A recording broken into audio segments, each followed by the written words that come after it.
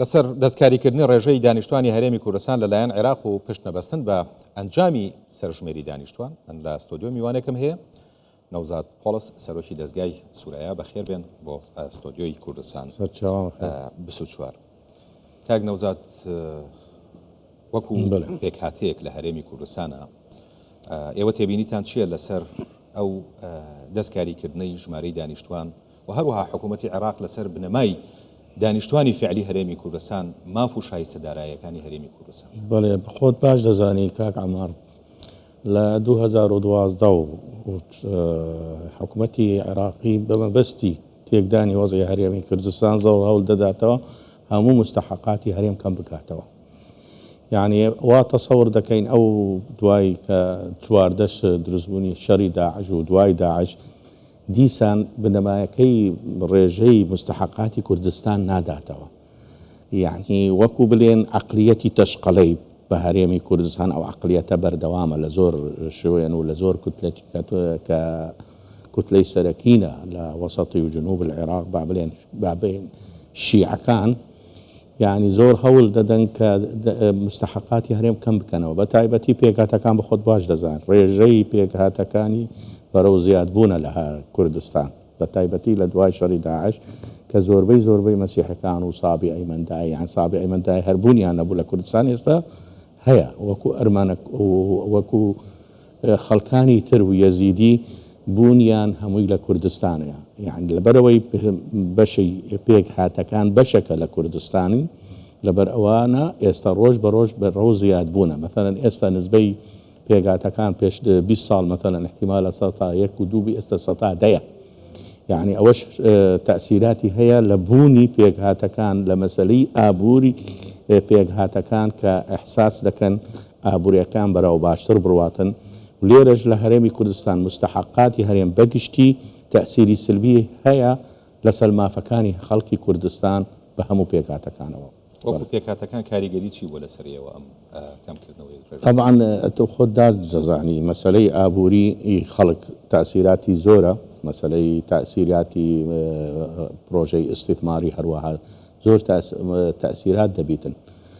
تۆ بەخۆت باش دەزانی ئەگەر فرسەی مناسب نەبی بۆ پێکهاتەکان فکری ئەوەی دەکاتن کە بڕواتە دەرەوە، نامینێتوە لێرەوە. بە تایبەتی مەسیحیەکان و یەزیدیەکان فکری ئەوەیان هەبوو بە تایبەتی لە شەڕی داعش و دوای داعش.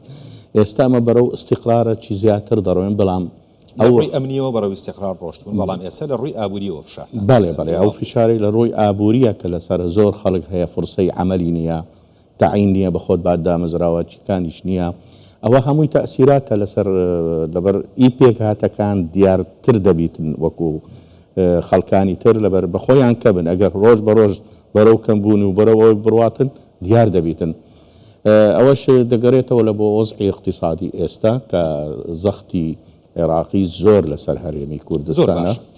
لێرا پرسیارێک هەیە، یعنی زۆر جار داواتان لێکرێت لەسەر ئاستی جیهان و لەسەر ئاستی فاتیکانیش کە لە شوێنی خۆتان بێنەوە وڵاتی خۆتان بەجێمیێڵن.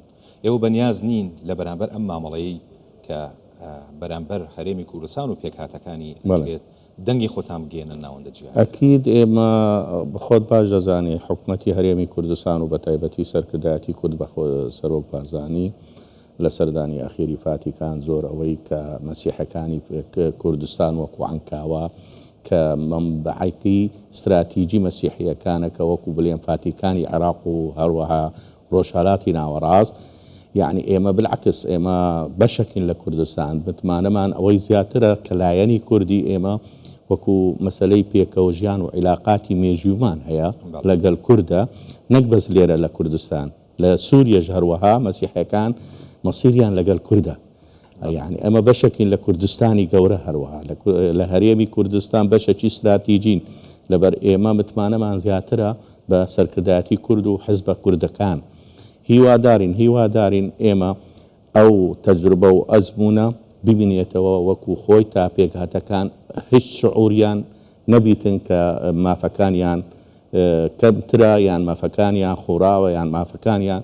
المهم نەتیجەی نهایی ئێمە مافەکانمان لەگەر هەرێمی کوردستانە، مستحقاتی چێمالی، ئابووری، وەزعی اقتصادی هەموو مرتبطە بە هەرێمی کوردستان. لەبەر ئێستا پێشتری مەثەڵەن ئەگەر 36,000 مەسیحی هەبوو لە کوردستان، ئێستا بەرەو 200,000 مەسیحی هەیە. خۆی بەخۆی لە هەموو عێراق 250 ماوە یان بە حدودی ئەو ئەرقامێکە من ئیشارەت پێدەم تەوەجهیان بەرەو کوردستانە زیاتر. باش کاک نەوزادیانی ئێوەکو پێکاتە پێشنیاری چیەکەن بۆ چارەسەرکردنی ئەم بارودۆخە؟ ئێمە زانین ڕێکەوتنیە لە نێوان هەرێمی کوردستان و عێراق هەبوو لە بابەتی سەرژمێری، بەڵام وەکو بینین ڕێز لە واژۆی خۆیان ناگرن. پێشنیاری چیەکەن هەرێمی کوردستان چۆن مامەڵە لەگەڵ ئەم بارودۆخە؟ بەڕاستی هەندێک پێشنیارێمان هەیە کە ئێمە وەکو حزب و لایەنە مەسیحەکان دەبی ئێمە مەطالیبی خۆمان ئێمە نەک بەرەو بەغدا بەرەو مجتەمەعی دووەری ئێمە کە پێک هاتەکان مەسیرەیان لەگەڵ هەرێمی کوردستانە و زۆر زوڵم و تەهمیشی لەسەر پێکهاتەکان دەکرێت لە حکوومەتی عێراقی کە ئەو مەسائلی دارایی بە تایبەتی مەسەلەی بودجە و میزانیە مەثەڵەن میزانیەی بۆ لە سەتا 14 خەڵکی کوردستان هەتوو 11 بنێری نەک 12 ئەوە طبعا تەئسیراتی هەیە لەسەر ئێمە بە تایبەتی من هاوڵ دەدەم لەگەڵ حزبولانە سیاسەکانی چی مەسیحی چی یەزیدی دەگمان بەرزکەینەوە بۆ دەرەوە کە ئێمە بلێن واقعی پێکاتەکان پێویستی بە یارمەتی نیودەوڵەتی هەیە.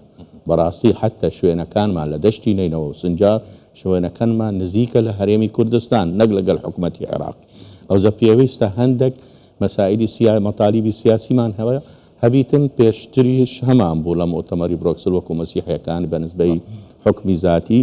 من داوا دەکەم لێرەوە لە ڕۆیگای 24ەوە کە ئێمە فکری ئەوەی بکەین کە ئیداراتی ذاتیمان هەبیتن بە تایبەتی لە هەرێمی کوردستان وەکو عەنکاوە و شوێنەکانی تر ئیدارەی سربەخۆیان هەبی تا بتوانن زۆر شتی پێشکەشی بە هاوڵاتی خۆیان بکەن. زۆر باشە بەڕێز نەوزاد پۆڵس سەرۆکی دەستگای سوورایە. سپاس. زۆر سپاس.